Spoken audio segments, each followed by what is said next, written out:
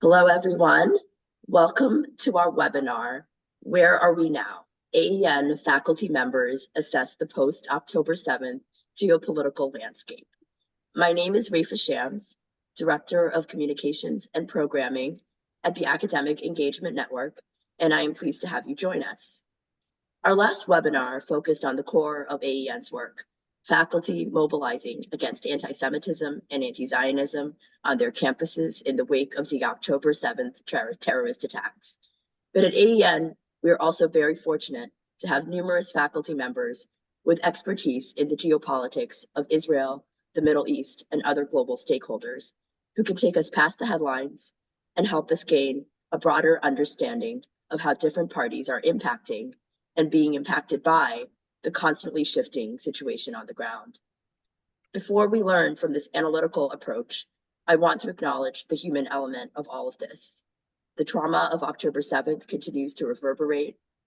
In this season of light, there are still more than 130 Israelis held captive in the darkness of Gaza. We are thinking of them at this time. We are also profoundly shocked and outraged at the details that have emerged about the extent of sexual violence perpetrated against Israeli women and girls, and reports from released hostages about the abuse they suffered. To that end, AEN worked with its members, who are Fulbright scholars, to develop a statement that highlighted the U.S. Fulbright Association's failure to call for the release of Dr. Shoshan Haran, an Israeli Fulbright scholar, while she was being held captive. She was fortunately released last month. And we worked with our section for women faculty to develop a statement condemning the National Women's Studies Association for their silence on the assaults on Israeli women. With that being said, I now want to introduce our four faculty experts. Yael Aronoff is the director of the Michael and Elaine Serling Institute for Jewish Studies and Modern Israel and the Serling Chair of Israel Studies at Michigan State University. She's also the former president of the Association of Israel Studies.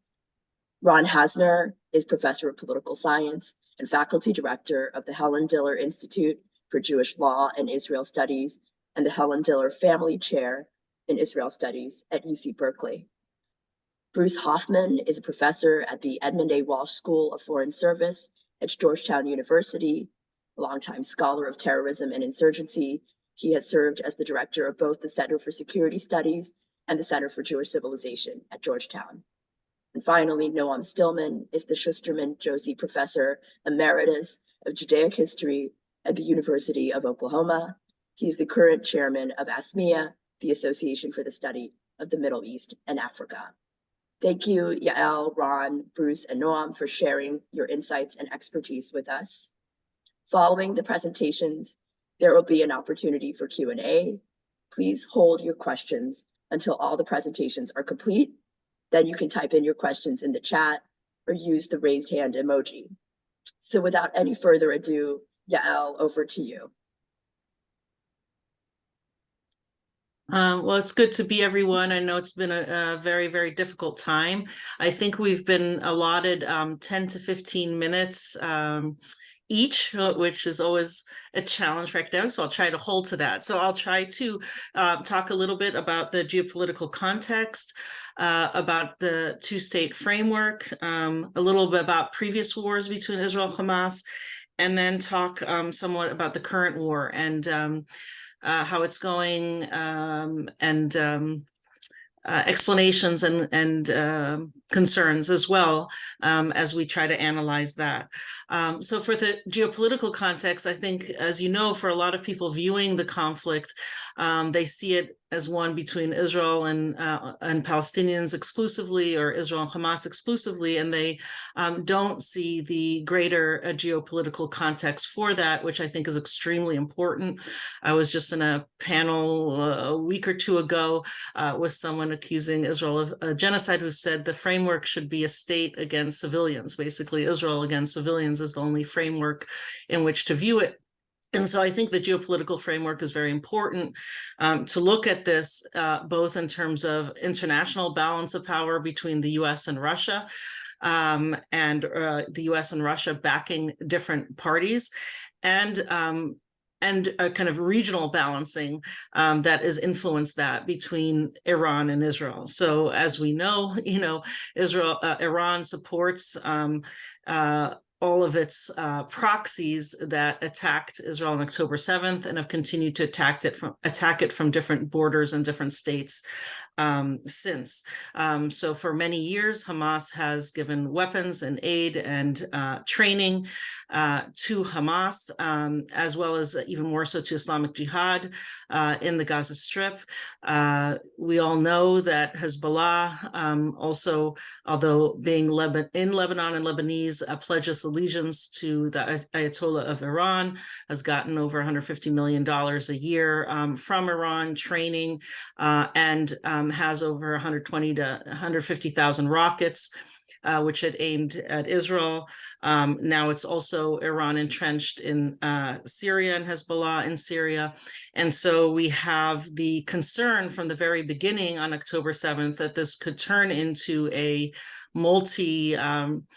kind of multi-actor war by Iran's proxies against Israel, that Hezbollah may have entered, that now Houthis are striking, right, different ships. It just struck, I think, a Norwegian ship recently. And so this is the context, and it seems like it's often the case that Iran and Hamas and Islamic Jihad and Hezbollah coordinate with each other, sometimes strategies and tactics as well. So there is this continuing danger of the war escalating even further. And of course, Russia invited Hamas leaders after October 7th to Russia, didn't condemn Hamas for the attacks of October 7th, and may be in the process of coming to a bigger agreement with Iran on exchange of weapons to each other. The UN, of course, is another actor, as we saw yesterday as well, and has often been the case of calling for a humanitarian ceasefire.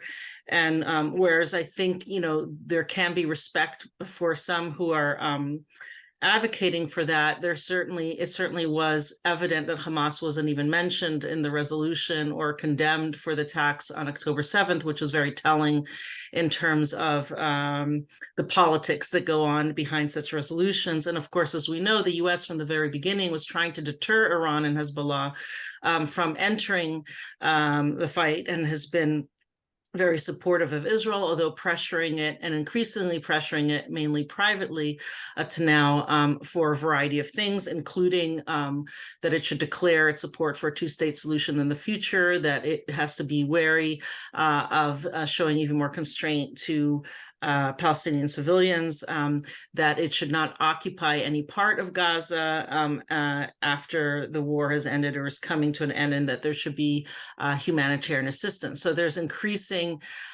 pressure for a variety of reasons, mostly privately from the US, which is a factor in the continuation of how this war might proceed as well. I think part of the framework we all have to keep in mind is the framework for eventually resolving this through a two-state solution, through a peace agreement and political negotiations between the Palestinian Authority and Israel. There have been real serious efforts towards that end in 2000, 2001, 2008 was the latest serious offer by Prime Minister Olmert, and there, of course, were also efforts at negotiation after that. Certainly, one of several hindrances to that are spoilers to that, which include settlers on the West Bank and right-wing Israeli governments. But certainly Hamas has played a huge role in undermining trust for a two-state solution, even through the Oslo process, where it was upping its suicide bombings in the 90s in order to reject the Oslo process and a two-state solution. And it upped its attacks before the Israeli 1996 election, which allowed Netanyahu to win by a razor-thin margin in 1996.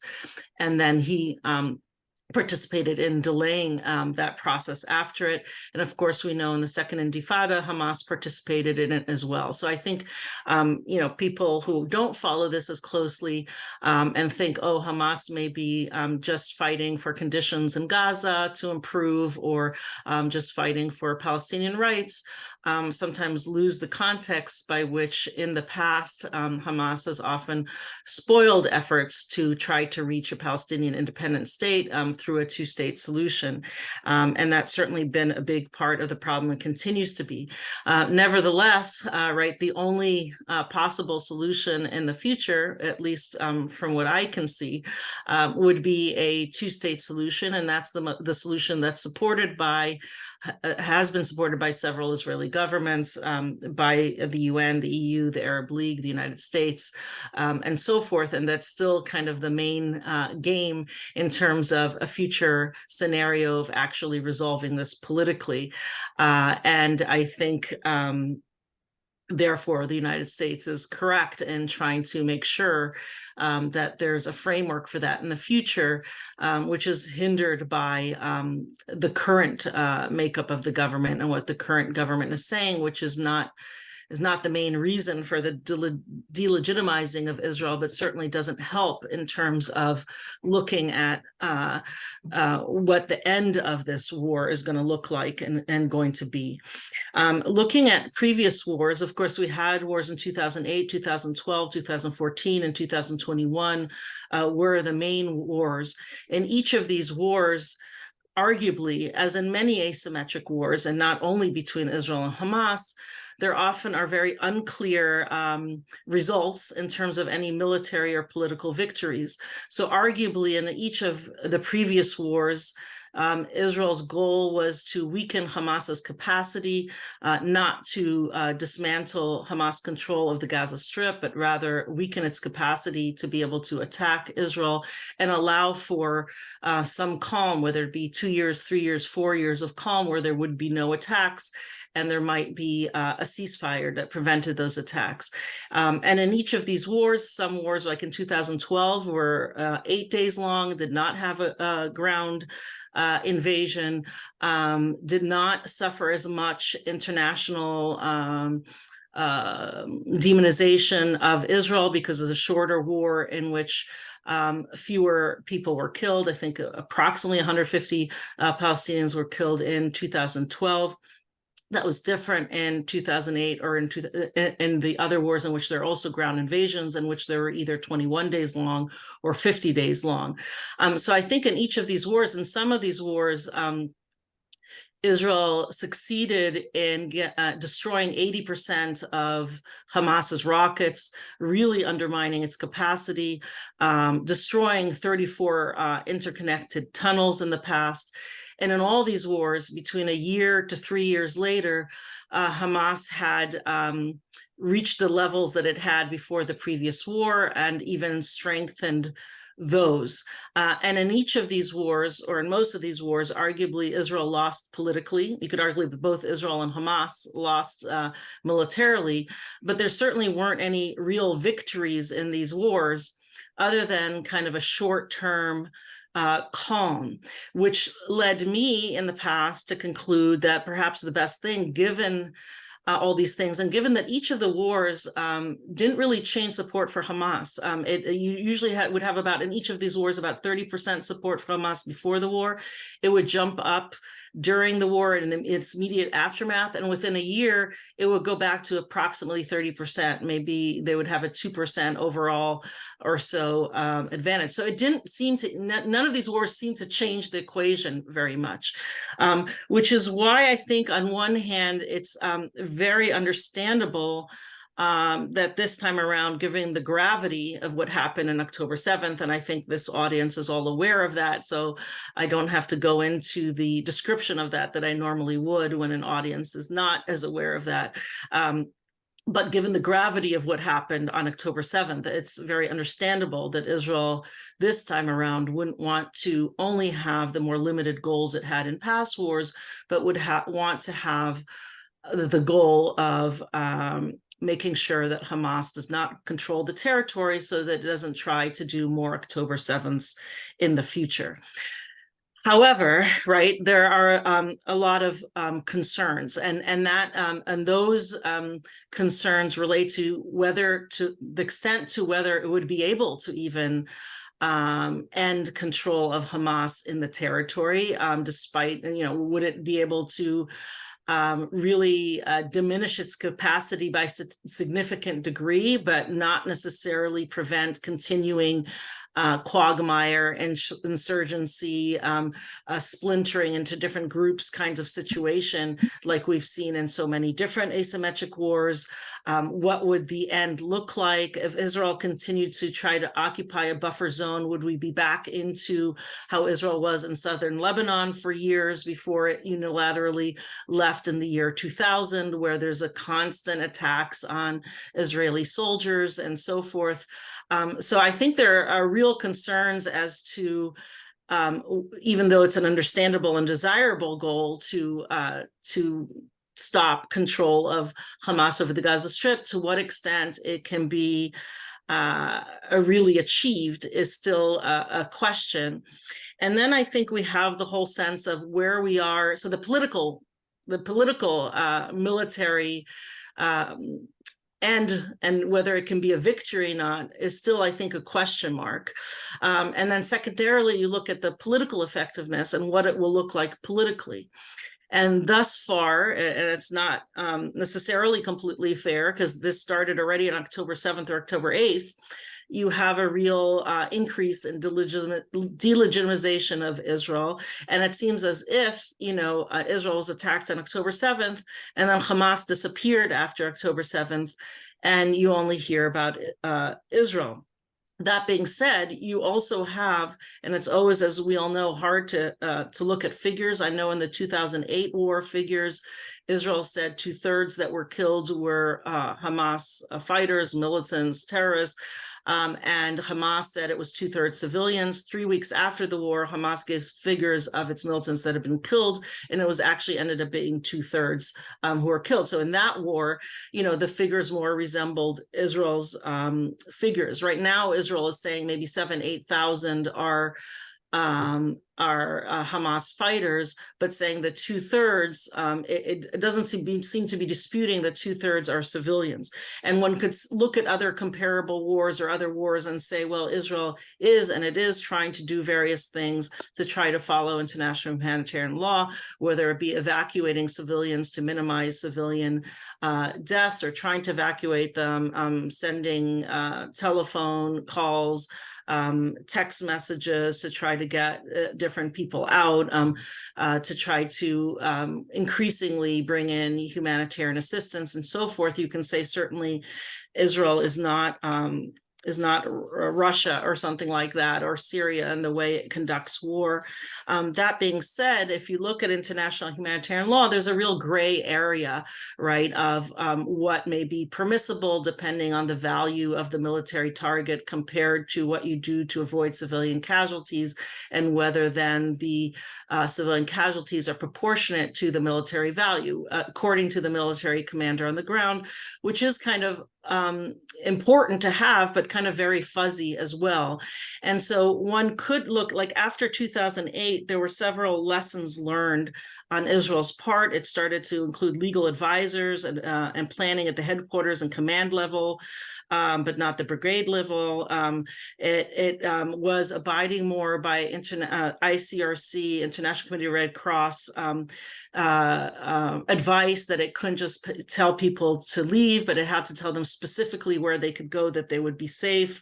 They were giving lectures on international humanitarian law to commanders, and more training on legal scenarios and computer games and so forth. They stopped using phosphorus, so that, for instance, in 2012 war, B'Tselem, the Israeli human rights organization, says, oh, there was real improvement from the 2008 war.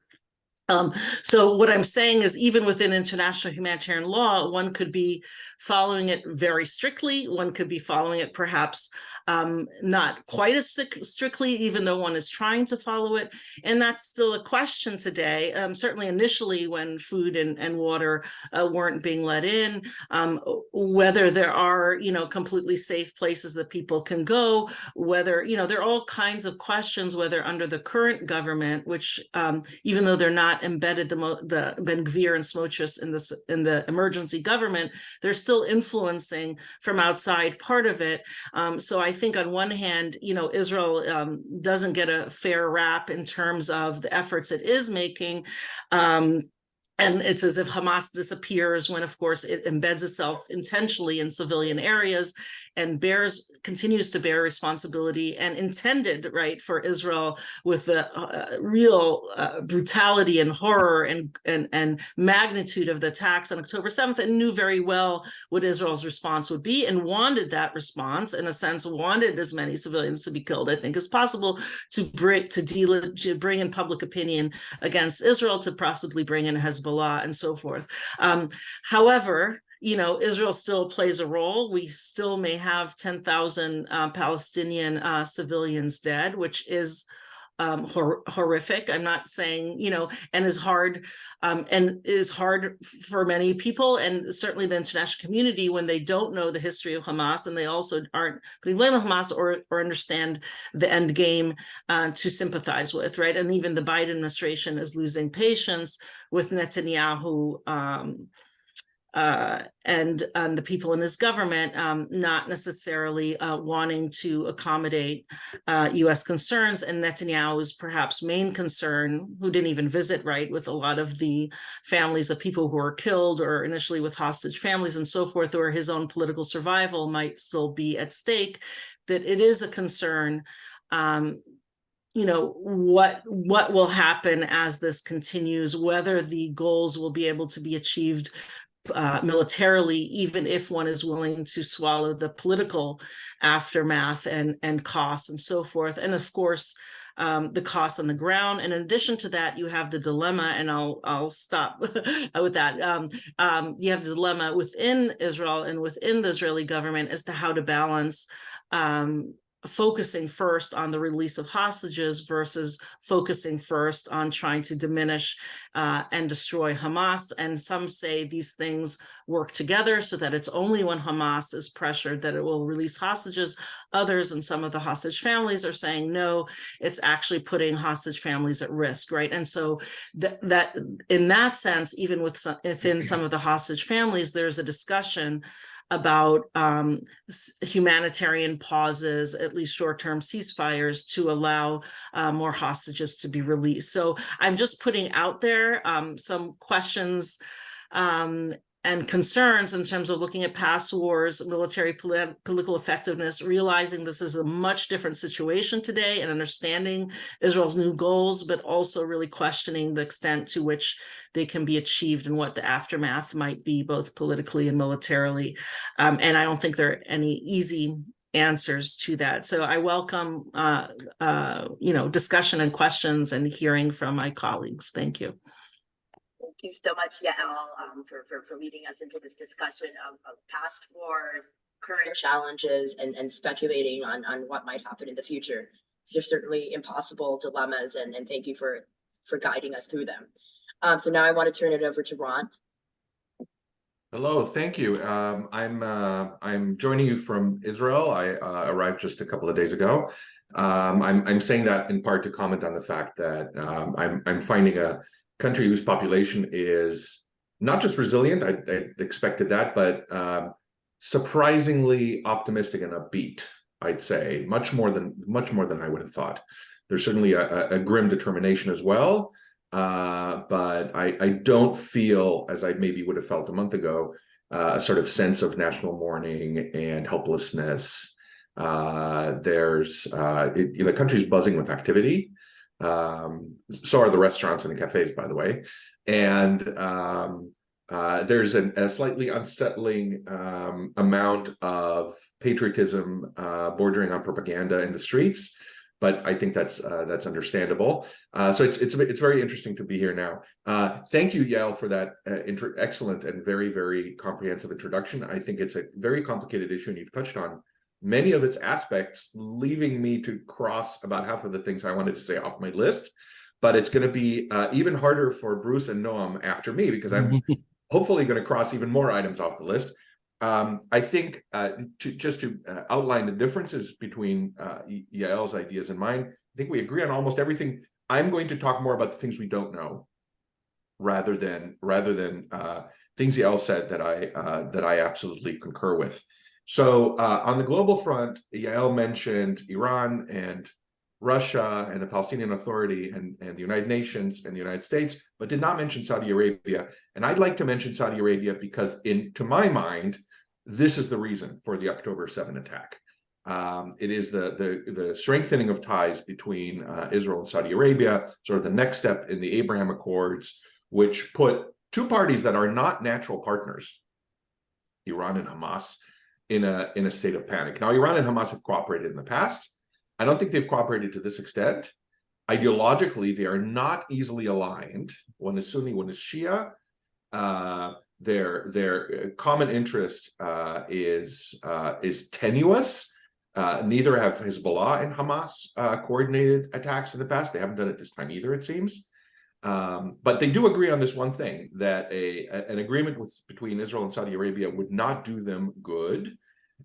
In the Iran case, that's obvious. The reason for the Saudi-Israeli rapprochement is Iran. It's a balancing effort, specifically, I think, against Iran's nuclear program. So Iran has its own interest in scuttling that. Hamas, according to some accounts, wants a seat at the table at these negotiations, and thought that it was not going to get one. They thought that the Saudi-Israeli negotiations perhaps might include a representative of the Palestinian Authority, but would not include a representative of Hamas. I don't agree with that analysis. Saudi-Israeli agreement does not hinge on a solution to the Palestinian issue, and Hamas was never going to get a seat at the table, no matter what, and is certainly not going to get a seat at the table now. The open question, which I would love an answer to, is what is the future of that agreement? It surprised me that in the very first days after the attacks, the official Saudi response was, we are freezing cooperation with Israel. That's a very strange response. My assumption was that there would be some backpedaling, that there would be grandiose statements about how, Israel can't be touched with a 6-foot pole. And instead it was, we're just not going to talk right now, which I think is a very modest response. Since then, there's been an even stronger statement that said, as soon as the war is over, the Saudis and the Israelis are going to renew their discussions. I hope that's the case, if only because it will piss Hamas and Iran off massively, and will move the Middle East in the right direction. It will reward Joe Biden for his efforts. I think that would be wonderful, but we don't know whether this is the end for now of this relationship, or whether it still has hope. So that's the first point I wanted to make. The second point I wanted to make has to do with something that Yael also touched on, which is the shadow cast over international support for Israel, even from populations and countries that initially did support the attack on Gaza because of the horrifying events of October 7. There's now a feeling that the street at least has turned against Israel. So I have a couple of open questions here. One, I wish, of course, that we knew more about what is being said, not just in the media between leaders, but also behind closed doors. For example, the recent statement by Biden was not particularly constructive, chiding Israel for the way it is bombing Gaza. But of course, most of what Israel is doing in Gaza has nothing to do with bombing. It has not even much to do with artillery. It's primarily counterinsurgency operations. So it mischaracterizes the nature of Israeli operations. It's intended, to my mind, as a statement not for Netanyahu or the Israeli government, but is perhaps intended to signal to audiences in the West that the United States is not giving Israel a carte blanche, even though the support is strong and the weapons are arriving and the financial aid is there, but the United States is watching and is going to keep watching. Maybe it is also intended as a message from Biden to the extreme left wing of his party, so as to say, see, I am constraining the Israelis. I'm responding to your concerns. Wouldn't we love to know what's being said behind closed doors, and the extent to which the Americans have much information on what the Israelis are doing and are giving constant feedback or not to the Israelis about what they're targeting, what kinds of weapons they're using, how high were the fatalities today compared to the fatalities yesterday. I don't know what those conversations are like. And I don't know how much the uneducated voices in the street are concerning to their governments and constraining their governments, and how much any of this might constrain a really determined Israeli military plan. That brings me to the third point, which has to do with the conduct of war. It's a really tough form of counterinsurgency, probably the toughest form of fighting that even the best trained soldiers can engage in, the kind of fighting that the Americans conducted in Fallujah. Very, very difficult. We don't have, and we may not have for years, details about the level of risk that Israeli soldiers are taking on, and therefore the level of constraint that the Israeli military is engaging in. We know that one measure is absolutely useless, which is civilians lost. It provides absolutely no information. In one of the densest popular urban areas in the world, the number is high and it's round, but it doesn't, is that a lot for 2 million people who live in an area that's a little bigger than Manhattan? Is that a lot of casualties for a month and a half long operation? Very, very hard to tell, and a kind of useless measure, because the goal is not just to reduce civilian casualties, but also to engage in restrained tactics. And of course, also keeping in mind the desire to minimize Israeli casualties. What we will, there are several indicators that suggest that the Israelis are proceeding cautiously. The first, which Yael indicated, is that this operation is going on and on and on and on, and does not seem to be close to resolution. There's no talk about any end in sight. That suggests that no drastic action has been taken yet, and that forces are moving in a rather piecemeal fashion. It would not usually take the IDF a month and a half to conquer a territory the size of Manhattan, given the fact that they have the strongest air force in the Middle East. So this suggests a rather gradual move into the territory. The very high fatalities among Israeli soldiers, 10 of whom were lost today, also suggests that Israel is taking on significant risk, probably door-to-door, street-to-street operations.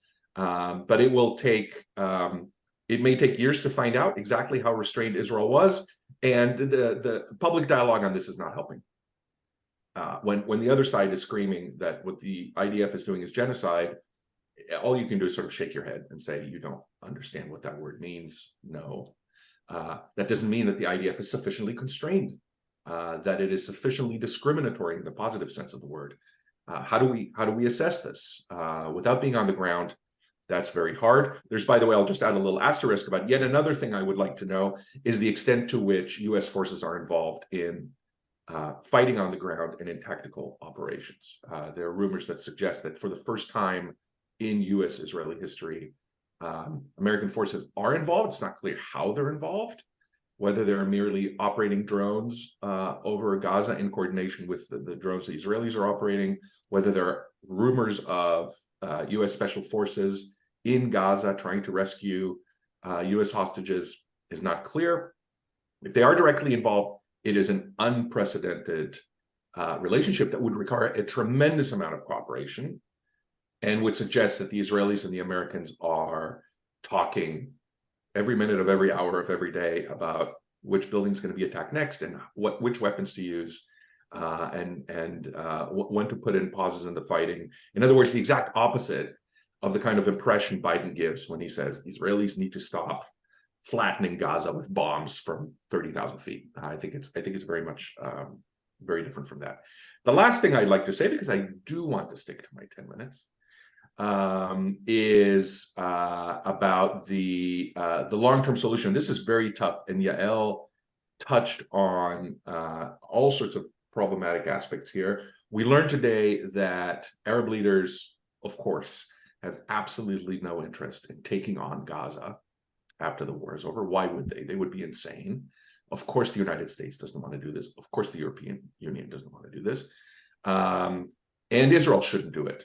Although there's maybe talk of Israel taking on the security aspects of rule over Gaza. I don't quite know what that means. The only viable option, it's not a great option, but it's the only viable option, is that the Palestinian Authority would rule Gaza as it did back in 2000, from 2005 to 2007, before it was violently kicked out by Hamas. I don't see why the Palestinian Authority would like to do this. Certainly not with a Gaza that is in the ruined state that it currently is. It's a humanitarian disaster zone. If I were the leader of the Palestinian Authority, and I am not at all the leader of the Palestinian Authority, I would demand very, very significant concessions before doing that. I would say, you're asking me to take you broke it, and you're asking me now to take it on and fix it and run it. First of all, I'm going to need some protection. I'm going to need, you and I both want me to stay in power and not be overthrown again the way I was in 2007. So I'm going to need some sort of help. That's a puzzle. And second of all, I want a good faith indication that we are in some way moving closer to a two-state solution. Because we're still at Oslo stage one, this is supposed to be a three-stage process. We haven't moved an inch since in the last 20 years. So whether that means Israel and the United States tolerate a Palestinian seat in the General Assembly, whether that means a Palestinian flag flies outside the United Nations, whether that means that we actually literally move from Oslo stage one to Oslo stage two, I don't know. But Israel is going to have to give something to the Palestinians in order for the authority to take over Gaza, and even that is not a dreamy solution, and a relatively unstable solution. Okay, my time is up. Thank you for giving me this opportunity to speak, and I'm looking forward to the questions. Thank you so much, Ron, for guiding us through the military challenges, the broader military context, the political challenges that lie ahead. And especially thank you for pointing out that a lot of the discussions that are being had on campuses and beyond just are not knowledgeable about the situation on the ground in the least. And I recommend that everybody read Ron's piece in the Wall Street Journal from a few days ago called "From Which River to Which Sea," which highlights the relative ignorance of many of the students protesting on campus. So now I want to turn it over to Bruce. Thanks, Rafa, and thanks, Miriam, for everything that AEN does to support Jewish and Israeli scholars in this country, because we need it, actually. So we're fortunate to have AEN. I'm going to give you, in the next, I hope, 10 to 12 minutes, an excerpt from a much longer presentation I've been giving at campuses funded generously by AEN. I'll say the last time I gave it was in person, and I had to have armed police there, both to protect me and to clear the room. So it's as we know, it's a difficult situation to address this issue in public. So it's nice to be doing it actually from my home and on a webinar. I don't disagree with anything that I've heard from Yael and Ron. Let me try not to repeat anything and to come at this a bit from a terrorism or a counterterrorism perspective, which after all is my specialty. The risk of stating the obvious, of course, in an operation like this that the IDF is conducting, time is a highly perishable commodity. And both Yael and Ron have talked about the thousands of Palestinian civilians being killed. That has turned what was, unqualified support into support that is becoming increasingly qualified, even in the past 24 hours with President Biden's statement. The remaining challenges of the tunnel network, and there was a fascinating article this morning in the Wall Street Journal about how the IDF is developing techniques to pump seawater into them. But of course, as Yael was discussing, this potentially impacts the 136 hostages still being held, which is an unprecedented solution. And then I don't disagree with anyone that Israel is going to see this war till the end. But we have to bear in mind that over 2 months into it, a country like Israel having 360,000 reservists mobilized indefinitely is going to start to have a very, potentially profound economic cost. I'd say too that about 15% of Israel's dairy and cereal produce was coming from precisely the border kibbutzim and moshavim near Gaza, and they're obviously not function. I mean, their function is military bases now, not producing agriculture. So, over time, this perishable theme, it's going to affect Israel more and more. I would say that tactically, and I want to talk about whose side time is on, both tactically and strategically. Tactically, I would say time was perhaps on Israel's side in the past. I mean, it's very clear, as we heard from Yael and Ron, that the so-called mowing the grass strategy, which is basically how Israel approached counterterrorism in Gaza, degrading Hamas's military capabilities, killing as many fighters and commanders as possible, destroying the rockets and tunnels, and then just repeating it in the past 4 wars is no longer operable. That strategy ceased to be viable on October 7th. But the challenges we've discussed, and I think Ron very articulately explained, is, what's the day after? In fact, what's the alternative strategy to what the IDF is doing now, given that, as Ron said, this is such a densely populated area, and we have the tunnel problem. The 3-week delay in ground operations, whether it was because of U.S. pressure, as is being reported, or whether it was also, I think, the reality of regearing the reservists so that they could operate in an effective way in ground combat, it still didn't help Israel because the IAF was conducting its bombing campaign. Already thousands of civilians were dying. And we saw, almost, instantaneously there were calls for a ceasefire, before the operations and the bombings even began. But that only gained more momentum. And then, of course, when the ground operations began, as we saw in the United Nations the other day, those calls were becoming even louder and more profound. But one has to say that the IDF strategy was working.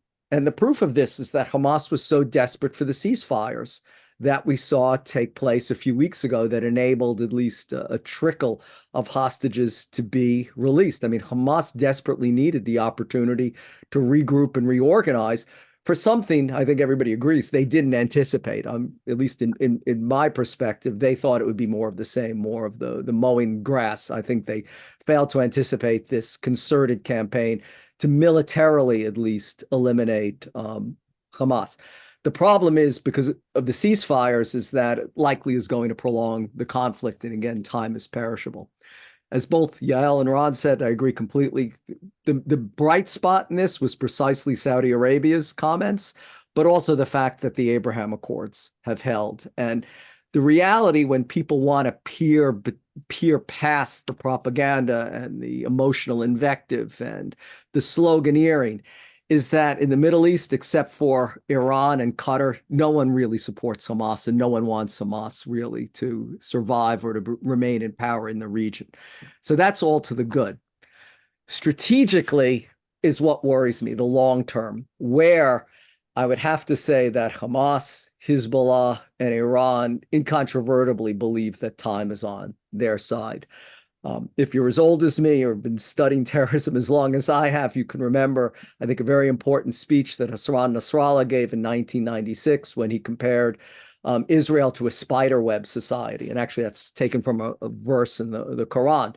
But the bottom line is that Israel, like a spider's web, looks strong from a distance, but when you get close to it, you can just swipe it away. And Nasrallah made the point that Israel was becoming materialistic, distracted, politically perhaps dysfunctional. One can say that perhaps some or all of those things became more apparent in more recent years than 30 years ago. But the point is that, I think, encapsulates the view of Iran and its basically terrorist minions, is that it's not just Israel that's become materialistic, weak, distracted, but it's also the United States and the West. And I'll come back to this point in a second. From their perspectives, the moment was right, especially, anybody who's been following the news in Israel over the past year. Sclerotic governance, widespread rolling protests, controversial cabinet. increased violence on the West Bank that was distracting the Israeli government's attention, the controversies on the Al-Aqsa Mosque and the Al-Haram al-Sharif. I mean, all those things as well. I think absolutely the fact that the Abraham Accords were poised to rocket to a different level with not just the recognition of Saudi Arabia of Israel, but this really historic U.S.-Saudi peace treaty was exactly, as we've heard, something that Iran and its minions didn't want. So their approach to the spiderweb strategy is the hope that Israel's isolation politically will continue to grow and eventually become total, and that in turn the United States and the West will be discredited as well. Let me conclude by just talking about some of the longer term impacts for counterterrorism, even beyond Israel.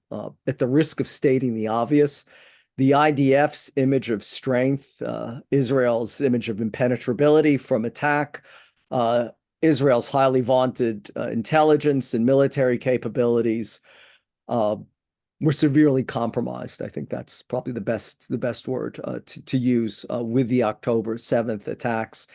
And the big question now, and I think what really underpins Israel's military response, is the restoration of Israelis' deterrent capabilities. And that goes for the United States too. And I think Ron was very astute to point out this interrelated facet of this war. I mean, when you think about it, there's the two most interoperable militaries in the world right now are Israel's and the United States'. I mean, they train together, as we know, exchange of intelligence, the doctrines, the organization, even the equipping of both armies is remarkably, or militaries is remarkably similar. So the message of the IDF and Israel's vulnerability affects the United States as well, which is another, I think, very important factor in President Biden and the United States' support of Israel. It's not just the historical ties going back to President Truman. It's not just Jewish American pressure, although one has to say there are many other lobbying groups that I think probably exert more pressure on the United States and its policy in the Middle East, but that's another story. But it really is that what happened on October 7th, I really believe, sent shockwaves through the United States military, is that if the IDF and Israel's civilian intelligence can be compromised like this, it's a powerful message, just as Yael was talking about, of asymmetric warfare. And that's exactly what worries me the most, is that the October 7th attacks will become a precedent and example for terrorists throughout the world. We already heard in the aftermath of the ignominious United States withdrawal from Afghanistan 2 years ago, the Taliban trumpeting that persistence and perseverance and religious faith will win out over all. And who were among the two first terrorist groups in the world that applauded Hamas and signaled that exactly persistence and perseverance will win out? Hezbollah and Hamas have nothing to do at all with the Taliban, but they saw the writing was on the wall. And certainly the United States' withdrawal sent a powerful message. Again, the spiderweb theory, right, that we see replicated. I think more immediately, if Hamas isn't utterly defeated, this will be a validation of Iran's regional strategy of backing irregular, that is to say, terrorist forces, but also the militias in, whether it's in Iraq, in Syria, obviously the Houthis in Yemen. So this will validate exactly Iran's strategy, and the validation of a strategy that seeks to sow chaos and disorder can only encourage more chaos and disorder, which again, I think figures very prominently in the Biden administration's calculations. I also very much worry that terrorism risks becoming legitimized by a lot of what we hear and a lot of what is discussed in the aftermath of October 7th. I'm writing a piece now that I hope gets published. That's sort of a sequel to my previous article from last month, that it's difficult to be a Jew on American campuses nowadays, which talks, one of the reasons is no one calls Hamas terrorists anymore, despite the fact that it's designated by the United States, the United Kingdom, Canada, Australia, New Zealand, Japan, Paraguay, that Jordan has outlawed Hamas since 1999. every newspaper article you read, except from the Israeli press, talks about militants, fighters, gunmen, and so on. And it's not surprising that charges of war crimes stick to the IDF more than they stick to Hamas, when there are constantly excuses made for Hamas, and terrorism is not called terrorism. And that's one of my biggest concerns. And then I'll end by saying, really looking at the long term, it's whether this spider web theory will ultimately be validated or not. And depending on what happens in the Gaza war, can deliver a significant blow against it. And because I still have a couple of minutes, I just want to answer a question Ron had posed to me in the chat. What accounts for the brutality of Hamas? I think it's almost everything that Ron had said, but let me add one other thing. I've written about half dozen articles or op-eds or opinion pieces since the war started.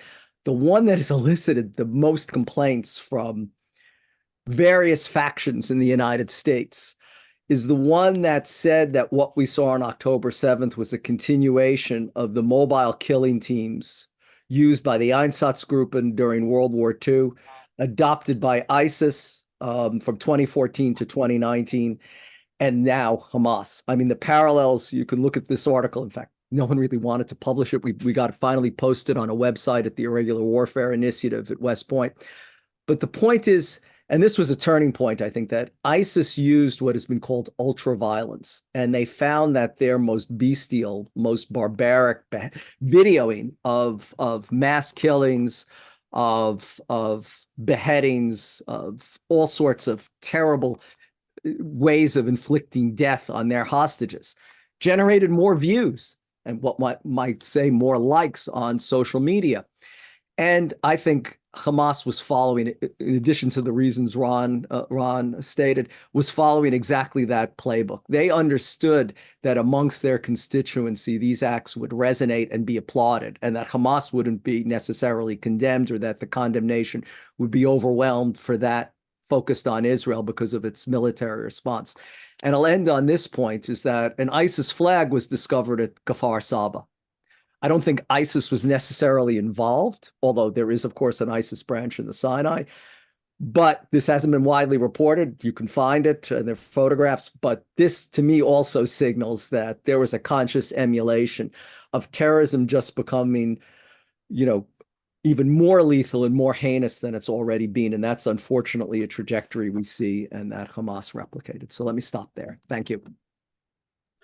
Thank you so much, Bruce, for providing the context about terrorism and counterterrorism, especially where the logic of terrorism fit into this whole paradigm.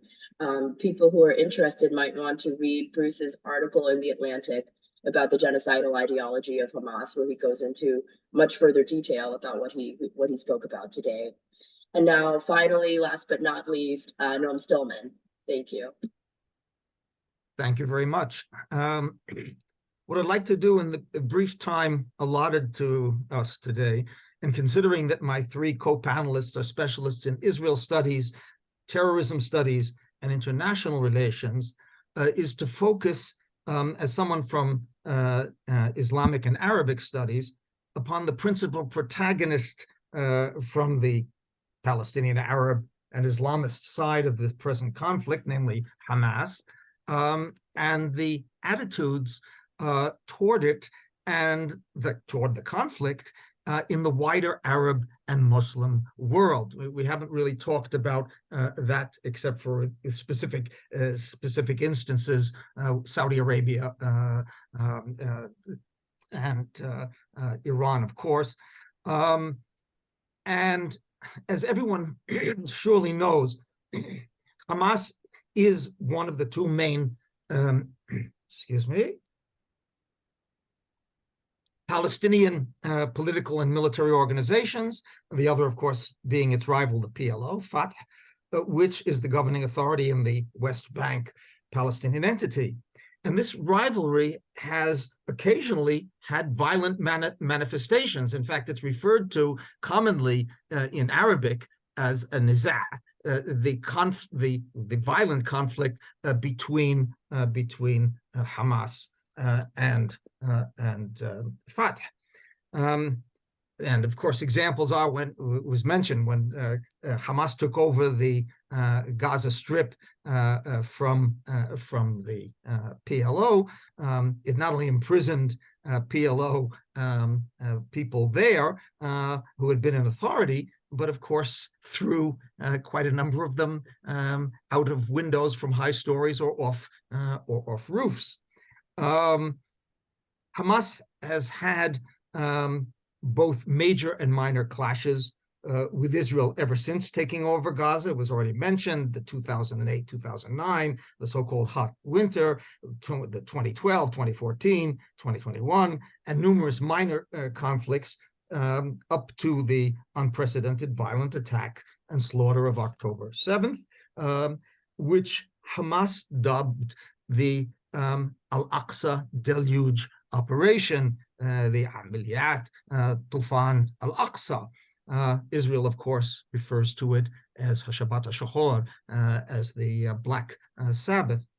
Now, to grasp the incredible and manifest brutality of this operation, and we've heard some points on that just now from Bruce Hoffman, we have to keep in mind also that Hamas is a truly Islamist entity, in contradistinction to its rival, the PLO, whose Arabic name may have an Islamic ring, Fath, which specifically means conquest for Islam. And by the way, it's only conquest for Islam, not other conquests.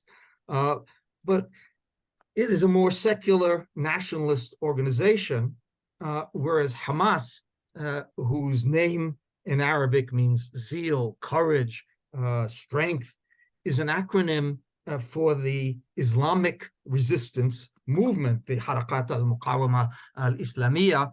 And by the way, notice no mention of Palestine whatsoever in its name. It is a truly Islamist entity, which grew out of the Ikhwan al-Muslimun, the Muslim Brotherhood, of which its founder, the Imam Ahmed Yassin, was a member. And this is absolutely crucial for understanding Hamas, its ideology, its worldview, and equally important, the attitudes of many Arab governments toward it, and how they had to finesse their reactions to the October 7th rampage and massacre. The Ikhwan, which was founded in, and I have another webinar which goes on for nearly 2 hours with the questions and answers and so on, in which I talk about Hamas, its ideology, its worldview, etc. But its relation to the Brotherhood. The Brotherhood was founded in Cairo by Hassan al-Banna in 1928, and is a revivalist Salafi movement that is returned to the forefathers, the Aslaf, that sees Islam not nationalism, not pan-Arabism, not modern political philosophies as the sole solution for the Islamic world's revival, and it looks far beyond specific borders, from decadence, and from Western colonialism and other forms of domination, and has as its watchword, al-Islam huwa al-hal, Islam is the solution. And from the beginning, the Ikhwan, the Brotherhood's founder, Hassan al-Banna, and later its philosopher, Sayyid Qutb, proclaimed at the very beginning that violence is a useful tool for political purpose. And this also cites the well-known line from classical Arabic poetry, which every kid who goes to school knows, Man lam yadlamu nas yuzlamu. Anyone who doesn't hurt other people is going to be hurt himself. And furthermore, and this is another reason why the Arab governments, so many of them, are so wary about Hamas and all the Brotherhood organizations that were offspins of it. And furthermore, secularist Muslims and Muslim states may be considered kuffar as unbelievers, and they can be fought and killed. So it goes well beyond the Palestinian conflict. And I would quickly note that al-Banna was assassinated by King Farouk's secret police in 1949. Qutb was hanged by Nasser in 1966. And Mohammed Morsi, who was the Brotherhood's president of Egypt after the fall of Hosni Mubarak, was put on trial by President Assisi and died while in court on capital charges. He had already been found guilty of and had a 20-year sentence, a death sentence, and was then on trial for yet another capital offense. And he died while on the witness stand in 2019. Now, at present, Saudi Arabia, Bahrain, Egypt, the United Arab Emirates, and Syria have all banned the Brotherhood since they consider it a threat to their regimes. In Morocco and Algeria, Islamic parties which do exist have disassociated themselves from it. And I would note that the Ikhwan's principal state backer today is none other than Qatar, one of the two major funders of Hamas, and the residents of its present and its previous leaders, both Ismail Haniyeh and Khalid Mash'al. And it is there in the capital of Doha that Hamas leaders met with Iranian Foreign Minister Hossein Amir Abdullahian just 1 week after the massacres in southern Israel and the kidnappings.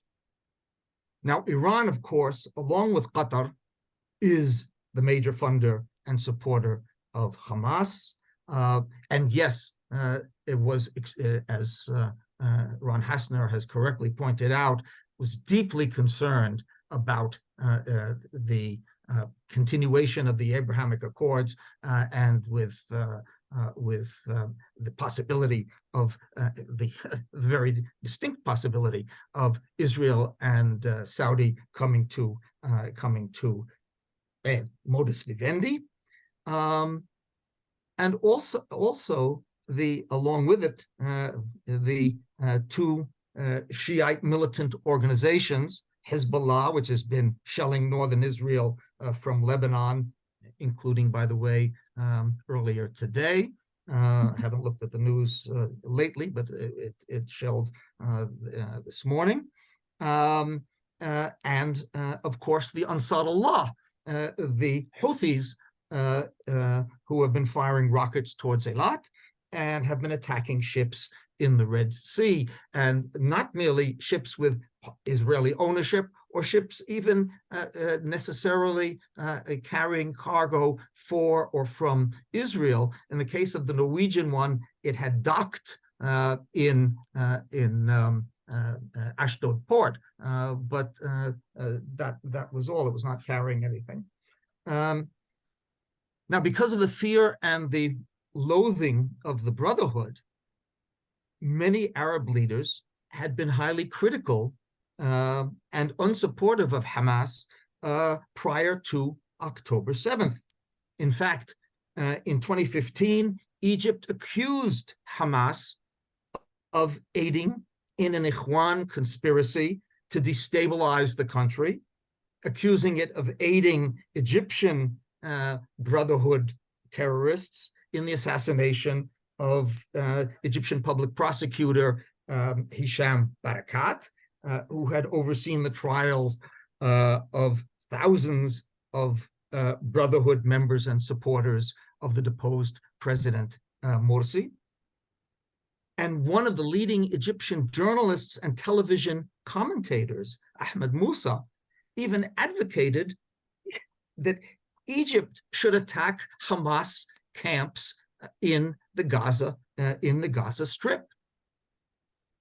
And around the same time, Bahrain and Kuwait blamed Hamas for the general suffering and poverty of the population in Gaza. Now, Arab leaders in Saudi Arabia and Jordan also called Hamas and used the term terrorist organization. Thus, it's not a surprise that the first reactions from a number of Arab countries when Hamas attacked on October 7th were both guarded and reserved, with, by the way, no mention of Hamas by name. Egypt and Saudi Arabia and the chairman of the Arab League warned against the grave consequences of escalation, called for cessation of violence from both sides, referring to sides, but again, not mentioning Hamas by name. The United Arab Emirates focused on the civilian casualties and said it was appalled by the taking of Israeli hostages, but again, didn't mention who by name who had taken them. The most anti-Israel countries, Iran, Syria, Algeria, praised the Hamas attack from the get-go. Qatar immediately said Israel alone was responsible for what happened. In Tunisia, President Qais Said, who, by the way, is a virulent anti-Semite, not merely anti-Israeli, called for the establishment immediately of the Palestinian state with Al-Quds as its capital. And on Monday, October 9th, 2 days after the massacre, every school in Tunisia raised the Palestinian flag. Tunisian left-wing activist parties called for the criminalization of normalization of relations to Israel. And in marked contrast, the Kingdom of Morocco, which of course is the country which I spent the most time, the most work, and most directly involved throughout my career, the Kingdom of Morocco expressed deep concern and condemned the attacks against civilians, qualifying, however, by saying wherever they may be. Now, the widespread popular demonstrations against Israel in reaction to the images of the widespread destruction in Gaza in the wake of the Israeli counteroffensive put enormous, and this was something that was brought up by one of the speakers, the question of how much the pressure from the street will have upon Arab leaders.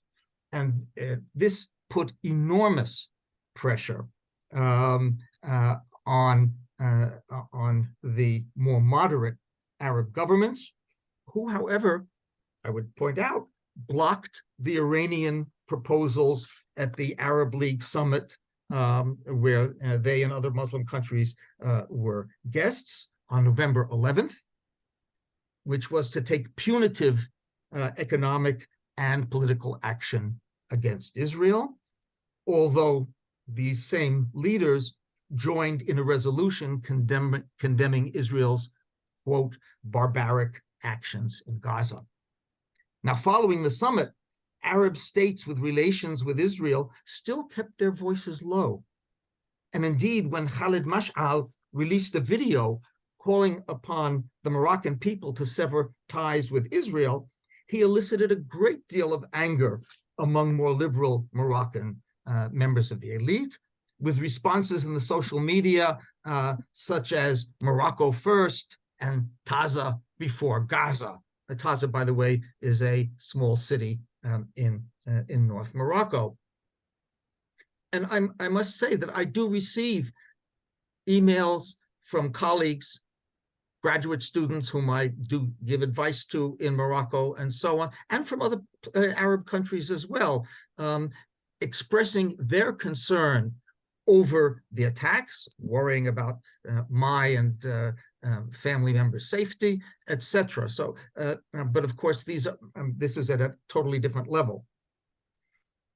But finally, at the end of November, following street demonstrations in the major Moroccan cities. Thousands of people marched through the streets of Casablanca, of Rabat, Marrakesh, and so on. King Mohammed VI, who, by the way, as many of you know, one of his closest friends and political advisors is Jewish.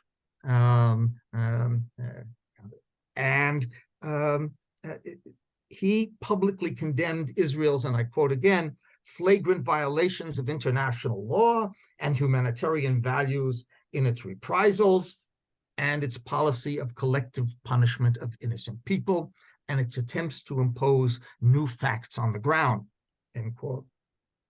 Now, some observers have posited that this might be a prelude to a diplomatic break with Israel.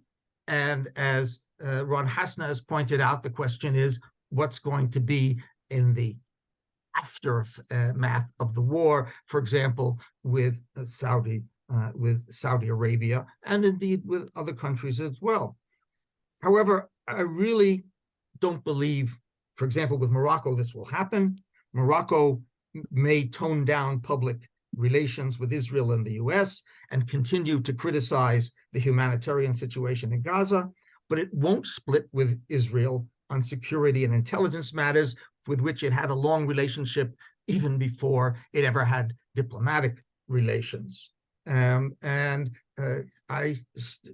would also point out that one of the things that Morocco notes is that the Polisario in the disputed Gaza Sahara territory, that the Polisario very often imitate Hamas in their broadcasts and rhetoric and their declarations. And let me just say in conclusion that I think this will hold true for the other Arab countries as well that have relations with Israel, and may well, at least I listened to Saudi radio and television and some of their their online broadcasts. Many of the things that have been said indicate that they might well, just as again was pointed out, they might well return to discussing the possibility with Israel after the war is over.